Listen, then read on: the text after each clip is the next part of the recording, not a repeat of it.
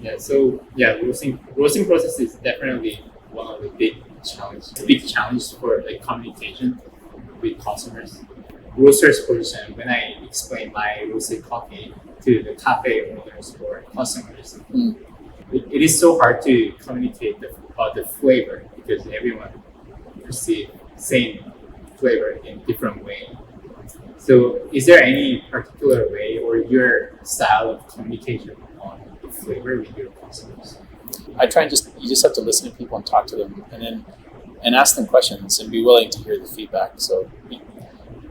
But it's all about just listening and talking about it and be willing to hear the feedback. So if you hear feedback on a coffee that you think is really good and they don't like it, just listen to what they have to say. Because there's some fantastic tasters out there and some fantastic roasters, and I learn things every day from people. But you have to. I think it's a challenge to be on the same page skill wise, and then try and get things to translate properly. It can be tough, but it's just a communication thing and just listening, I think. How about communication with producers or exporter in the origin? That's a huge challenge, but the biggest problem is because most farmers before, still mostly the case now, but before they didn't drink their own product, right? So you go to this event, like the great coffee farm, it produces fantastic coffee and you get instant coffee from a big brand because it's considered to be better.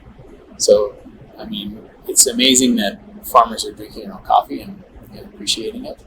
But, when I first started out, I said that to someone, they're like, well, the reason why they don't drink it is because every pound they drink is one less pound they can sell. If you're a farmer, any type of farmer, you're going to sell your best. You shouldn't get on a high horse and say, oh, you should drink your own coffee. Well, they still have to sell. Yeah.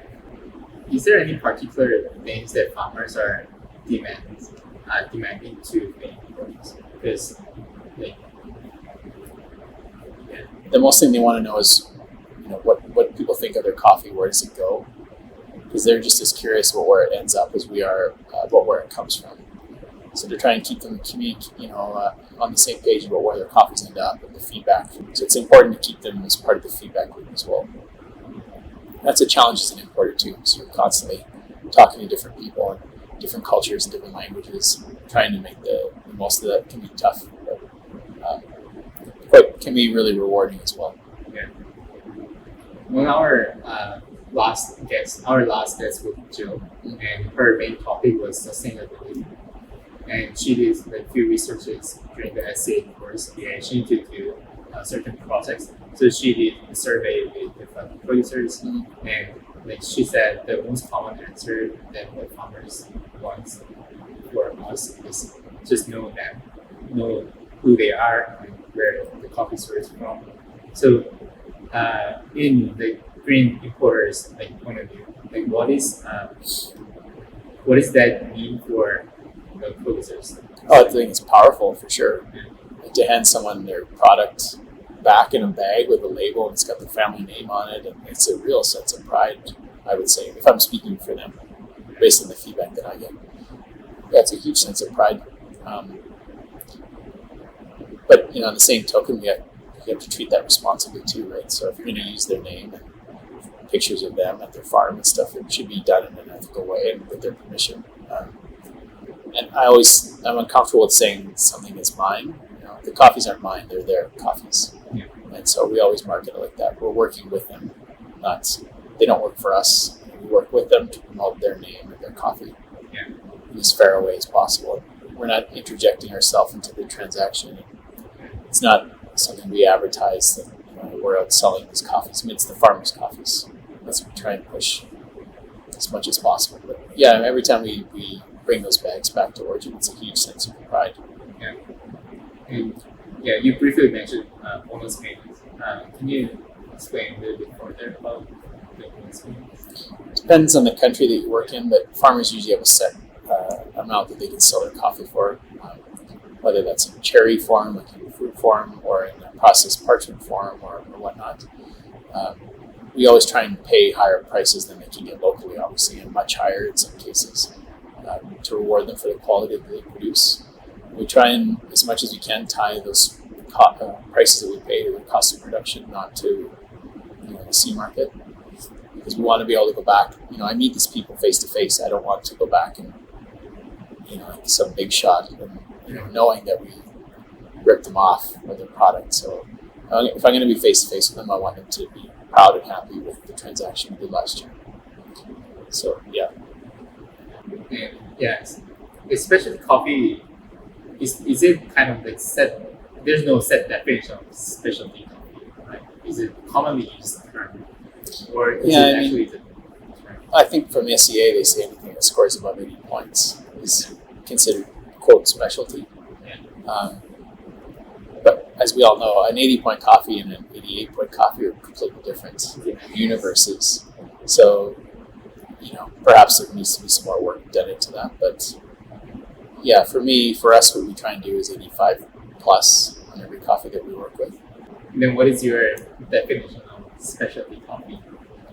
Outside of like SCA's like said, or like coffee industry, every organization is using specialty coffee, but they are defined the meaning of the specialty coffee differently. What is your version? I think specialty is like, to me, if I'm talking about specialty, it would be 85 plus.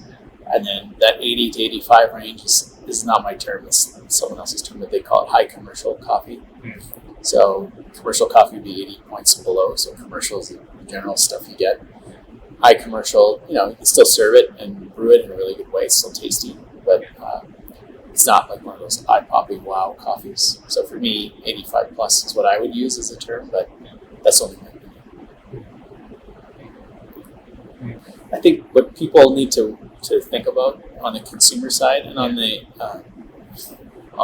roasting side as well, when you have so much power with your dollar. So what do you want the industry to be? Do you want it to be people that are driving the cost as low as possible, or what do you want it to be? And use their dollar to vote for what you want the industry to be. So do you want it to be dominated by chains that maybe pay okay, but you're not getting any traceability? Or if that's what you want the industry to be, then buy those coffees. But if you want the industry to do something better with local focus and it's making more of an impact at the farm level, then for your daily coffee, don't go to that chain every day. Go to your local shop, give them a shot. Buy those retail bags of beans, support them. Take their online classes.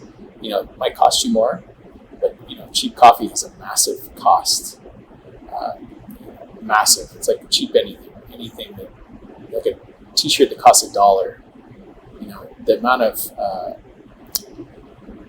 I don't want to say exploitation, that's a strong word, but the amount of issues that can create down the supply chain is massive. And coffee's the exact same way. So buying the cheapest cup of coffee and justifying it by, I have to buy it every day, it's too expensive. Well, there's other ways to do it that are not causing harm in the industry. So I think that's so critical. People need to know. And it's literally like 50 cents a cup more. Everybody, I think, can afford 50 cents a cup